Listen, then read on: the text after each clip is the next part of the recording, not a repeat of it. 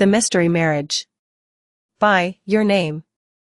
The invitation arrived on crisp ivory parchment, sealed with wax and the insignia of an unfamiliar crest, a silver tree with eyes in its bark.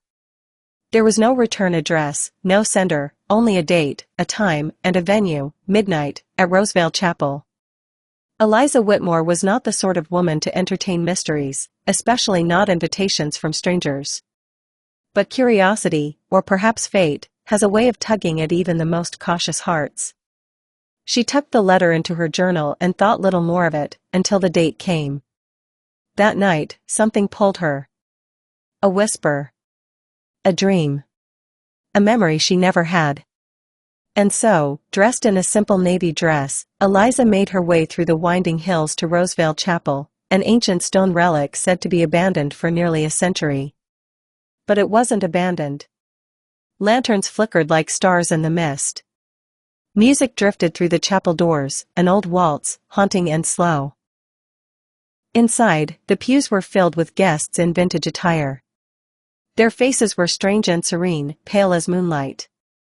No one turned to look at her. At the altar stood a man. Tall, solemn, and cloaked in shadows.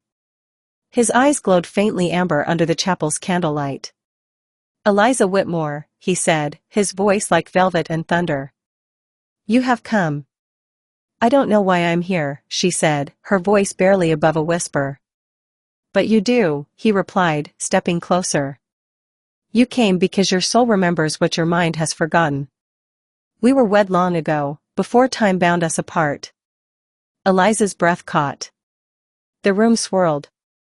And suddenly, visions flooded her, a forest, a vow whispered beneath a blood moon, a life she had once lived with this man in another age. "You're not human," she murmured. "No. But once, you were not either. You were mine. You chose me."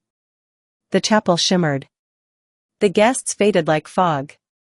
Only the man remained, and the memory of a vow made beyond death, beyond time. "You may leave," he said gently, "and return to your world. Or you may stay, and the veil shall lift." Eliza looked back at the door, then at the man, her soul's echo. And then, slowly, she stepped forward. "I remember," she said. And as the bells of Rosevale tolled midnight, the chapel vanished from the world once more, until another life, another chance, another mystery. Like, share, follow and comment.